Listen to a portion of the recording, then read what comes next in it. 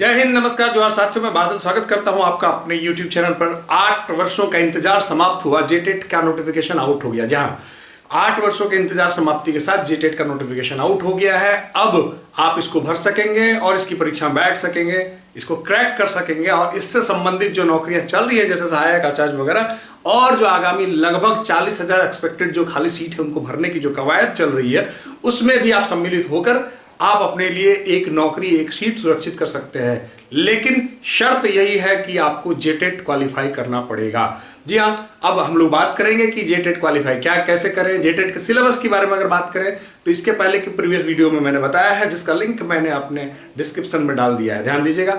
और साथ ही जेटेट संबंधित जो भी सूचनाएं और तमाम तरह के पीडीएफ वगैरह जो मैं पढ़ाऊंगा चीजें अगर आपको चाहिए होंगी तो नीचे टेलीग्राम चैनल का भी लिंक दिया गया है, उससे भी आप जुड़ सकते हैं।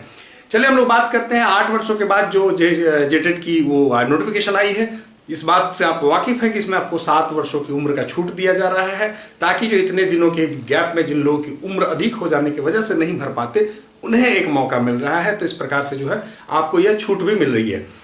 बात करते हैं हम लोग इसके फी की बारे में बात अगर हम लोग करें तो फी की यदि बात करते हैं तो जनरल BC1 BC2 EWS के लिए जो इन्होंने फी स्ट्रक्चर रखा है वो 1300 रुपया। देखिए, एक विषमता वाली बात आ रही है, बड़ा ही हास्यास्पद बात है कि झारखंड सरकार ने जो है कहा था कि हम सभी परीक्षाओं के लिए 100 रुपीज फी करेंगे, किया भी है, इस बात में कोई संदेह नहीं है।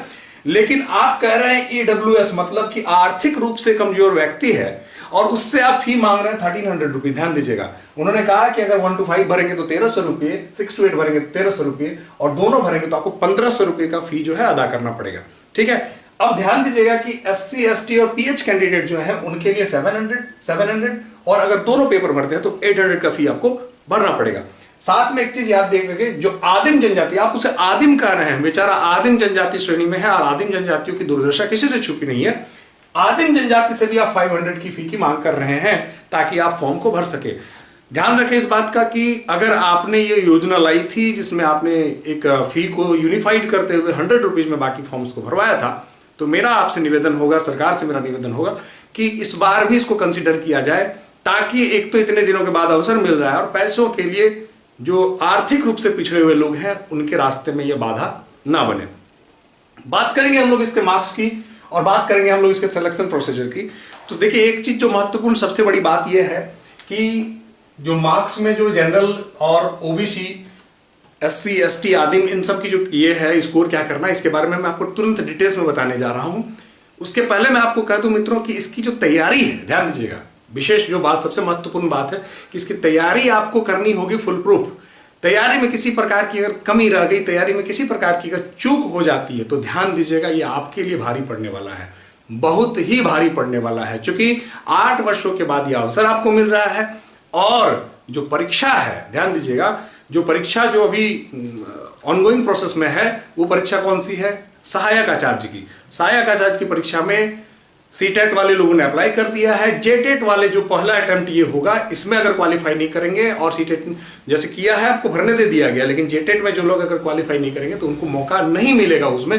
ध्यान दीजिएगा, चूंकि इसी टाइम साइमल्टेनियसली एक केस भी सुप्रीम कोर्ट में चल रहा है जिसमें सीटेट के लिए और अन्य स्टेट में जो आवेदन, अन्य स्टेट के लोग जिन लोगों ने आवेदन किया उसके विरुद्ध जो लोगों ने याचिका दायर की है उस पर सुनवाई होनी है।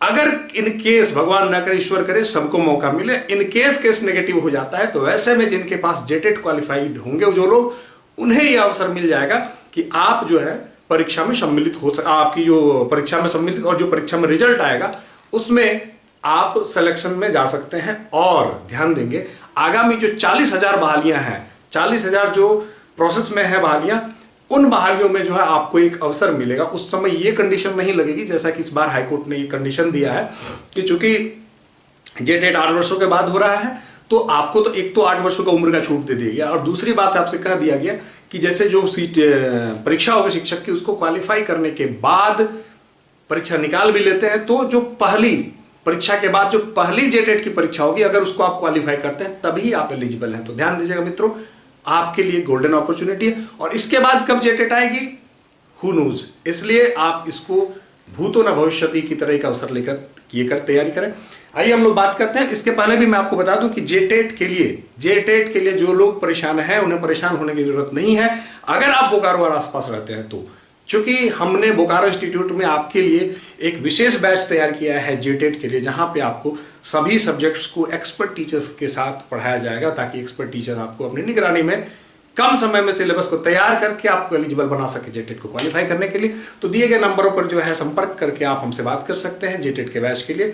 इसके 2 टाइमिंग्स हो गए, एक 2 सुबह अर्ली मॉर्निंग की बैच होगी और एक इवनिंग की बैच होगी, जिसमें काम पेशा वाले लोग इवनिंग को ज्वाइन कर सकेंगे और जो विद्यार्थी सुबह फ्रेशनेस के साथ पढ़ना चाहते हैं और केवल तैयारी करते हैं वो सुबह मॉर्निंग वाले बैच में आ सकते हैं। चलिए हम लोग बात करते हैं इसके मार्क्स की। तो बात करें अगर हम लोग, तो देखिए ये जो जनरल कैटेगरी है इन्हें 40% ध्यान दीजिएगा, इन्हें सब्जेक्ट वाइज 40% स्कोर करना पड़ेगा। प्रत्येक सब्जेक्ट में 40% जो है उसका स्कोर करना पड़ेगा। ओवरऑल की बात करें तो 60% मार्क्स आपको लाने पड़ेंगे क्वालिफाई करने के लिए, ध्यान देंगे।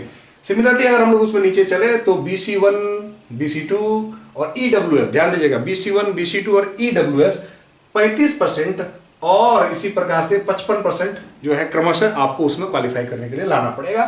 SC, ST, PH कैंडिडेट जो है और आदिम जनजाति जो है इन्हें 30% और 50% क्रमशः इसमें आपको लाना पड़ेगा, तभी जाके आप इसमें क्वालिफाई कर पाएंगे। 2 महत्वपूर्ण बातें याद रखिएगा कि जो फॉर्म भरना है, फॉर्म भरने में किसी भी प्रकार की चूक नहीं होनी चाहिए। अगर किसी प्रकार की कोई चूक हो जाती है तो आप दोबारा फॉर्म नहीं भर पाएंगे, इसलिए बिल्कुल होशो हवास में रहते हुए आपको इस फॉर्म को अप्लाई करना है। मित्रों, इस फॉर्म को जो अप्लाई करना है इसकी तारीख 23 जुलाई से लेकर 22 अगस्त तक है। जिन लोगों के सारे सर्टिफिकेट्स, EWS, कास्ट सर्टिफिकेट्स वगैरह सब तैयार हैं, वो लोग क्या कर सकते हैं कि फॉर्म को समय रहते भर दीजिए। मतलब ये जो अगर 23 तारीख से शुरू हो रहा है तो जुलाई के अंत तक इसको फॉर्म को, मतलब 1 सप्ताह के अंदर फॉर्म को भर के आप निश्चिंत हो जाएं और तैयारी में जुट जाएं। ध्यान दीजिएगा, तैयारी वगैरह में जो जुटने चाह रहे हैं, मैंने आपसे कहा कि आप हमारे यहाँ आइए, हमारे यहाँ तैयारी कीजिए। अगर आप किसी कारण हमारे यहाँ नहीं आ रहे हैं तो उसके लिए भी एक स्पेशल वीडियो बनाया जाएगा। अगर चैनल पर नहीं तो सब्सक्राइब कर लीजिए।